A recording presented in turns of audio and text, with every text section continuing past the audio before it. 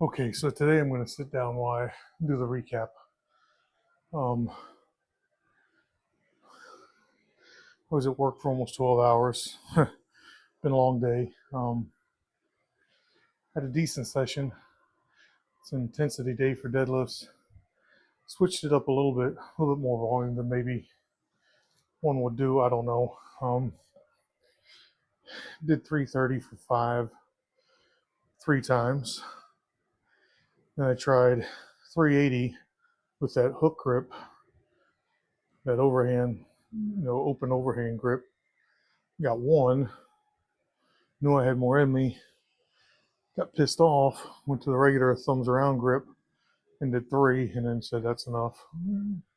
Because once you start doing angry lifting, it seems to go into the no-go zone. Got the fan running. It's kind of hot. Keep the garage closed, but I steal air conditioning from the house. So it's not too bad out here, but I am hot.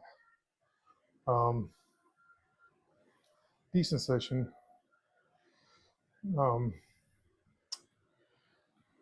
There was something.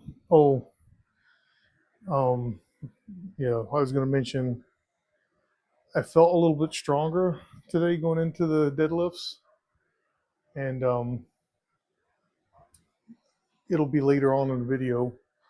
But I did those step ups on the box on with 16-inch side up, or 16-inch side, such that I'm doing a 16-inch step up, and so that kind of, I know there's a lot of shade thrown at the term like glute amnesia and stuff like that, but there are some times where one side just gets lazy. I don't know if I call it amnesia. Glute sloth, left kinetic chain sloth is what I was having. So kind of did some of those, alternated to 2 or 3 rounds of that, and kind of got my left leg in the groove of, okay, so it's time to do stuff. So I mean, a lot of people bag on unilateral work, like, oh, well, if you work bilaterally, then it's all gonna take care of itself. Everything bounces out in the end. That's not really true. Done enough rehab in my life to know that I've got to do unilateral work sometimes. It absolutely matters. Training, execution of form, making sure that both sides are kind of putting out equal force. Things that you just really can't monitor all that well when you're doing things bilaterally, and especially when like a barbell's tying them together. That barbell eats sends. It does some work. It transfers force across that barbell. So if you're doing bench press and your right side is stronger than your left, you might not know until you get really close to failure. And then when you're in a failure mode, is it really enough? Because I'm going to tell you, I've seen a lot of times when people go to failure, the side that fails first is the stronger side because it's just done. So I've seen a lot of people bench pressing and they fail on the right side. And I'm like, oh man, my right side must be weak. I must need to do unilateral work focusing on the right side. No, probably not it. It's probably the fact that your right side was doing all the work during that set or doing all the sets prior to the thing that you try to just do. It's just tired. And the left arm was like, well, I still got some left in me because you've been carrying the load for me all this time. So anyhow, with that ran aside, I do think it's important to do occasional unilateral work. It does help with calibration of, making sure you're putting equal force into each side.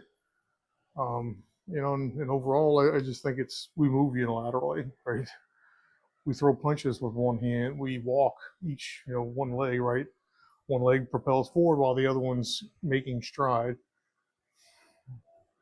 So working everything bilaterally and only bilaterally, thinking, bilateral movements are going to solve everything.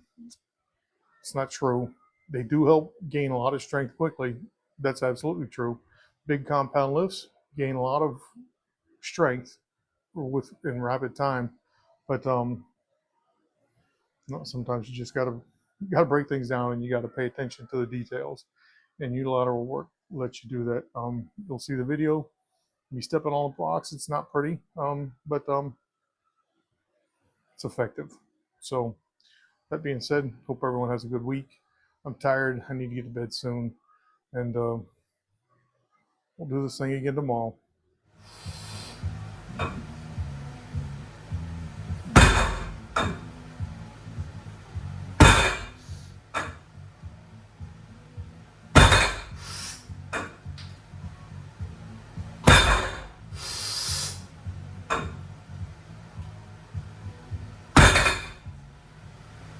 Alright, so tonight, doing deadlifts. It's Monday. It's been an 11-hour day. A little bit of pain. It's radiating in my arm here. Don't know why. So I already pulled one set, which the audio sucks, so I'm redoing the video, so hopefully it comes through better. Basically, I think I need to not have like one mic. Anyhow, chalked up my hands. I'm going to pull with an open palm, like a hook. I'm not going to have thumbs over. Thumbs are going to be behind the bar. The trap bar doesn't matter because you don't have to fight counter rotation really all that much because each hand is gripping the bar in the opposite rotational direction. But you know, I do all my pull-ups basically with that type of grip. So I'm just doing that to try and get some of the tension off this part of my forearm here. Just get through the lift. So the second set for 5, 3:30 with this open palm over the grip.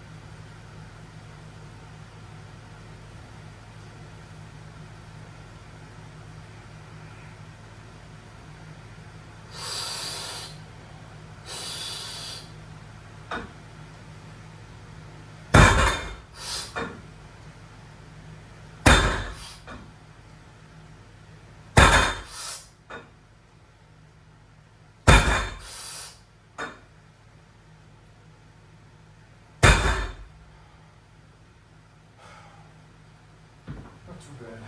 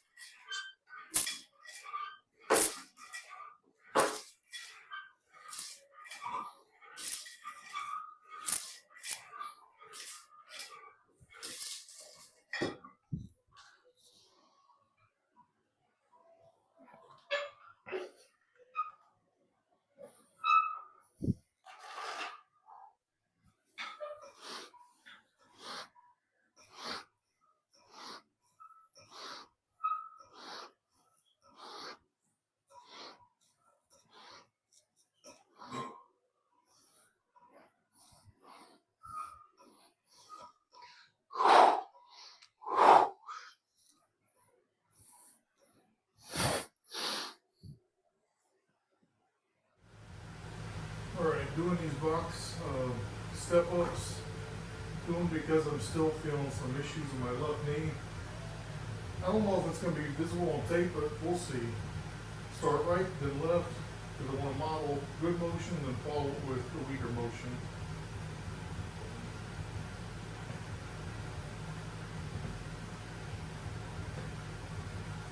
A little wobbly there, but it's okay, mainly easy.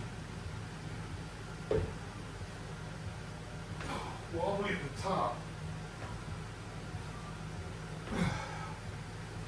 feels like I'm having to push off more with my right foot. Just overall, not getting what I want. Easy. Not as easy. So I'm missing stability at the top. Motion doesn't feel like I want it to. Doesn't feel even side to side. So I'm going to keep working those for a while.